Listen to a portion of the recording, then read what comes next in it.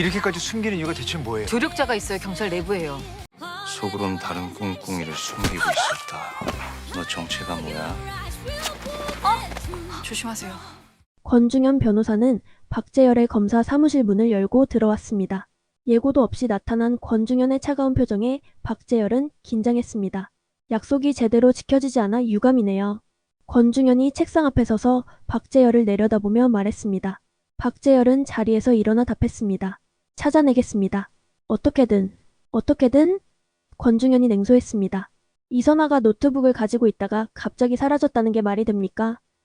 김승진 형사가 그녀를 만나러 갔는데 누군가 중간에서 가로챘다고 하지 않았습니까? 박재열은 침묵했습니다. 초록 후드를 쓴 의문의 인물이 이선아를 습격하고 노트북을 빼앗아 갔다는 보고를 받았지만 그 인물이 누구인지 아직 파악하지 못한 상태였습니다. 내부에 배신자가 있는 건 아닙니까? 권중현이 의심스럽게 물었습니다. 아니면 검사님이 통제하지 못하는 또 다른 세력이 있는 겁니까? 확인하고 있습니다. 박재열이 어렵게 답했습니다. 곧 노트북을 확보하겠습니다. 권중현은 한참 박재열을 응시하다가 돌아섰습니다. 시간이 얼마 없습니다. L&J가 움직이고 있어요. 빨리 처리하시기 바랍니다. 며칠 후 김승진 형사는 박재열로부터 긴급 연락을 받았습니다. 초록 후드를 쓴 인물의 정체를 파악했다는 것이었습니다. CCTV 분석 결과 그 인물의 체형과 움직임이 한민서와 일치했습니다. 김승진은 한민서를 추적했습니다. L&J 사무실 근처를 감시하던 중 한민서가 율라영의 집에서 나오는 것을 목격했습니다. 김승진은 한민서를 미행했고 한민서가 혼자 골목을 걷는 순간을 포착해 납치했습니다. 한민서는 폐건물로 끌려갔습니다. 어두운 창고 안 박재열과 김승진 그리고 몇 명의 남자들이 기다리고 있었습니다. 한민서는 의자에 묶였고 박재열은 천천히 그녀에게 다가왔습니다. 노트북 어디 있어? 박재열이 차갑게 물었습니다. 한민서는 고개를 돌렸습니다. 박재열은 김승진에게 눈짓했고 김승진은 한민서의 뺨을 때렸습니다. 한민서는 비명을 참으며 이를 악물었습니다. 커넥트 때문이 아니지? 박재열이 의자를 가져와 한민서 앞에 앉으며 말했습니다. 네가 단독으로 행동하는 이유가 뭐야? 속으로는 다른 꿍꿍이가 있었어? 너 정체가 뭐야? 한민서는 박재열을 똑바로 쳐다봤습니다. 몰라. 그냥 더 이상은 못 참겠어서. 못 참아? 박재열이 비웃었습니다. 네가 뭘 못 참는데? 커넥트 편이었으면 그 노트북 우리한테 오도록 그냥 놔뒀으면 되잖아. 근데 왜 중간에서 가로챘어? 누구 지시를 받은 거야? 한민서는 입을 다물었습니다. 박재열은 다시 김승진에게 눈짓했고 폭행이 이어졌습니다. 다음날 아침 율라영은 한민서가 집에 돌아온 것을 발견했습니다. 한민서의 얼굴에는 멍이 들어 있었고 입술이 터져 있었습니다. 민서 씨, 라영이 놀라 달려갔습니다. 누가 그랬어요? 한민서는 고개를 저었습니다. 괜찮아요. 넘어져서. 거짓말하지 마세요. 라영이 한민서의 어깨를 잡았습니다. 어디서 당한 거예요? 누가 때린 거예요? 한민서는 잠시 망설이다가 말했습니다. 폐건물이에요. 강 건너편에 있는. 라영은 즉시 신재와 현진에게 연락했습니다. 그리고 한민서와 함께 그 폐건물로 향했습니다. 건물은 오래전에 공사가 중단된 듯 을씨년스러웠습니다. 여기에요? 라영이 물었습니다. 한민서가 고개를 끄덕이며 건물 안으로 들어갔습니다. 계단을 올라가며 한민서는 저기 창고 같은 데서 라고 말했습니다. 두 사람은 3층 창고로 향했습니다. 문을 열자 텅 빈 공간이 나타났습니다. 바닥에는 의자가 쓰러져 있었고 핏자국이 희미하게 남아 있었습니다. 라영은 주변을 살피며 증거를 찾았습니다. 그때 건물이 오래되어 바닥이 삐걱거리는 소리가 났고 창가 쪽으로 다가간 라영은 발을 헛디뎠습니다. 라영은 비명을 지르며 건물 밖으로 떨어질 뻔했습니다. 변호사님, 한민서가 재빨리 달려와 라영의 팔을 붙잡았습니다. 조심하세요. 한민서는 힘껏 라영을 끌어당겼고 두 사람은 바닥에 주저앉았습니다. 라영은 숨을 몰아쉬며 한민서를 바라봤습니다. 고마워요, 민서씨. 라영이 떨리는 목소리로 말했습니다. 한편 홍현이는 집에서 홀로 고민에 빠져 있었습니다. 율라영이 준 USB가 서랍 안에 숨겨져 있었습니다. 남편 박재열의 핸드폰을 복사하기만 하면 이혼 소송에서 유리한 위치를 점할 수 있었습니다. 홍현이는 결심했습니다. 그날 밤 박재열이 샤워를 하는 동안 홍현이는 남편의 핸드폰을 집어들었습니다. 떨리는 손으로 USB를 꽂았습니다. 화면에 데이터 복사 중이라는 메시지가 떴습니다. 홍현이는 긴장한 채 기다렸습니다. 그런데 그때 샤워실 문이 열리는 소리가 들렸습니다. 홍현이는 황급히 USB를 뺐지만 이미 늦었습니다. 뭐 하는 거야? 박재열이 차가운 목소리로 물었습니다. 홍현희는 얼어붙었습니다. 박재열은 천천히 다가와 아내의 손에서 핸드폰을 빼앗았습니다. 그리고 바닥에 떨어진 USB를 집어들었습니다. 이게 뭐야? 박재열의 목소리가 점점 높아졌습니다. 율라영이 복사해오라고 시켰어. 홍현희가 떨리는 목소리로 말했습니다. 박재열은 분노로 떨었습니다. 그렇게 나랑 이혼하고 싶어? 그렇게? 당신이랑 사는 게 지옥이야. 홍현희가 소리쳤습니다. 이혼? 박재열이 비웃었습니다. 당신은 절대로 나한테서 도망 못 가. 절대로. 박재열은 무서운 얼굴로 홍현희에게 경고를 하고 방을 나가버렸습니다. 그때 방문이 열리고 딸 박상아가 들어왔습니다. 박상아는 홍현희에게 그만하라고 말했고 홍현희는 뭘 그만하라는 거냐며 딸에게 화를 냈습니다. 나는 어쩌라는 거야? 상아가 외쳤습니다. 아빠 없으면 나는 어떡하라고. 홍현희는 딸을 바라보며 가슴이 찢어지는 것 같았습니다. 상아도 과거에 범죄를 저질렀고 박재열이 검사로서의 영향력으로 무마시켜준 적이 있었습니다. 만약 이혼하게 되면 그 보호막이 사라질 것이고 상아도 위험해질 수 있었습니다. 상아는 눈물을 흘리며 집 밖으로 뛰쳐나갔습니다. 홍현희는 무너져 내렸습니다. 며칠 후 강신재는 백태주에게 전화를 했습니다. 같은 배를 타고 싶다고 말했었죠? 지금이에요. 바람이 필요한 상황.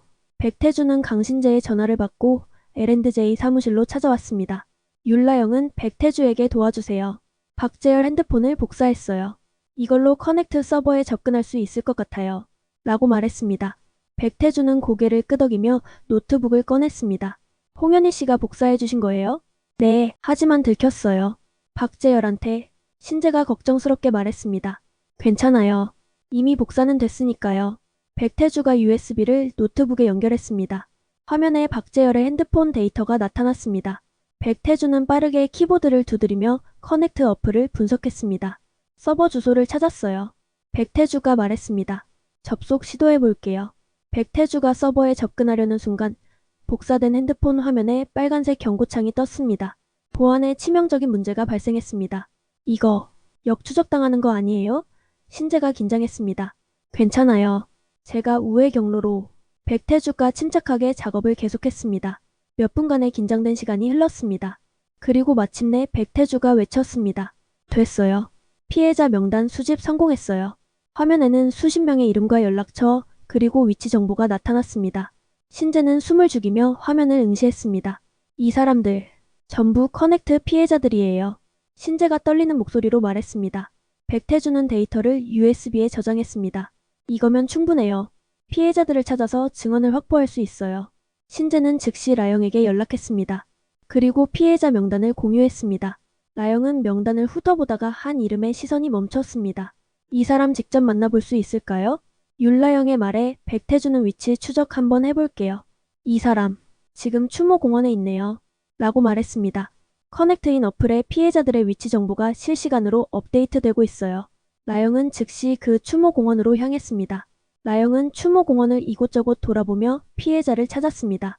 그때 추모공원 밖에 경찰차가 도착했습니다. 구성규와 김승진 형사였습니다. 그들도 다른 제보를 받고 이곳에 온 것이었습니다. 구성규는 율라영을 발견하고 다가갔습니다. 라영씨? 구성규가 의아해하며 물었습니다. 여기서 뭐 하세요? 대체 뭘 조사하고 있는 거예요? 라영은 당황했습니다. 말할 수 없어요. 왜요? 구성규가 답답해하며 물었습니다. 이렇게까지 숨기는 이유가 대체 뭐예요? 현진이도 신재씨도 전부 뭔가 숨기고 있는 것 같고. 라영은 잠시 고민하다가 작은 목소리로 말했습니다. 조력자가 있어요. 경찰 내부에. 구성규의 얼굴이 굳었습니다. 경찰 내부에요? 조금 떨어진 곳에서 이들의 대화를 엿듣고 있던 김승진의 얼굴이 창백해졌습니다. 자신이 커넥트와 연루되어 있다는 사실이 들킬 수도 있다는 두려움이 엄습했습니다. 김승진은 재빨리 휴대폰을 꺼내 박재열에게 긴급 문자를 보냈습니다. L&J가 경찰 내부 조력자를 의심하고 있습니다. 그날 밤 박재열은 권중현을 다시 만났습니다. 조용한 주차장에서였습니다. 상황이 통제 불능입니다. 박재열이 말했습니다. L&J가 피해자 명단을 확보했고 경찰 내부에 조력자가 있다는 것까지 눈치챘습니다. 권중현은 차가운 표정으로 답했습니다. 그래서요? 검사님이 해결하셔야죠. 혼자서는 어렵습니다. 박재열이 간청했습니다. 더 많은 지원이 필요합니다. 권중현은 한참을 생각하다가 말했습니다. 알겠습니다. 하지만 이번이 마지막 기회입니다. 더 이상 실수는 용납하지 않겠습니다. 한편 L&J 사무실에서는 라영, 신재, 현진 세 사람이 모여 회의를 하고 있었습니다. 피해자 명단을 확보했어. 이제 직접 만나서 증언을 받아야 해. 라영이 말했습니다. 하지만 위험해. 현진이 걱정스럽게 말했습니다. 민서가 당한 것처럼 우리도 표적이 될 수 있어. 그래도 해야 해. 신재가 단호하게 말했습니다. 조유정이 죽었어. 더 이상 피해자가 나오면 안 돼. 세 사람은 고개를 끄덕였습니다. 그리고 다음 행동 계획을 논의하기 시작했습니다. 그 시각 구성규는 집으로 돌아와 거실 소파에 앉아 깊은 생각에 잠겼습니다. 윤라영이 말한 경찰 내부 조력자라는 단어가 머릿속을 떠나지 않았습니다. 구성규는 문득 며칠 전 술자리가 떠올랐습니다. 김승진의 코트에서 울렸던 또 다른 핸드폰. 장 팀장에게서 걸려온 전화인데 김승진은 장 팀장의 전화를 받으러 나갔다고 했던 그 순간. 설마. 구성규가 중얼거렸습니다. 구성규는 급히 자리에서 일어나 경찰청 내부 인사기록 시스템에 접속했습니다. 김승진 형사의 최근 활동 기록을 조회하기 시작했습니다. 그리고 이상한 패턴을 발견했습니다. 이준혁 기자가 죽은 날 김승진은 현장 근처에 있었습니다. 조유정이 죽은 날도 마찬가지였습니다. 그리고 현진이 지하철에서 습격당한 날도. 구성규의 얼굴이 창백해졌습니다. 한편 박재열의 집 박상아는 자신의 방에서 거울을 보고 있었습니다. 눈가에는 눈물 자국이 남아 있었습니다. 상아는 서랍을 열어 오래된 다이어리를 꺼냈습니다. 다이어리를 펼치자 몇 년 전 신문 스크랩이 나왔습니다.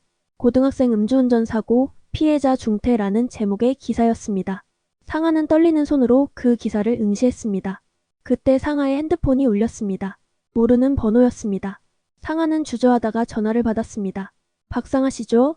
낯선 남자의 목소리가 들렸습니다. 누구세요? 자세한 건 만나서 이야기하죠. 당신 아버지한테서 벗어나고 싶지 않으세요? 도와드릴 수 있습니다. 상아의 눈이 커졌습니다. 그 순간 다른 곳에서는 한민서가 윤라영의 집 베란다에 서서 밤하늘을 올려다보고 있었습니다. 한민서의 핸드폰에는 누군가로부터 온 문자 메시지가 떠 있었습니다. 노트북은 잘 전달했어. 수고했어. 다음 지시를 기다려. 한민서는 문자를 삭제하고 깊은 한숨을 내쉬었습니다. 그리고 주머니에서 작은 USB를 꺼내 손에 쥐었습니다.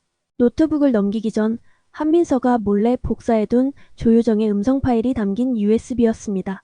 한민서는 USB를 꼭 쥐며 중얼거렸습니다. 미안해요, 변호사님. 하지만 이건 제가 지켜야 해요. 서울의 밤하늘은 어둡게 가라앉았습니다.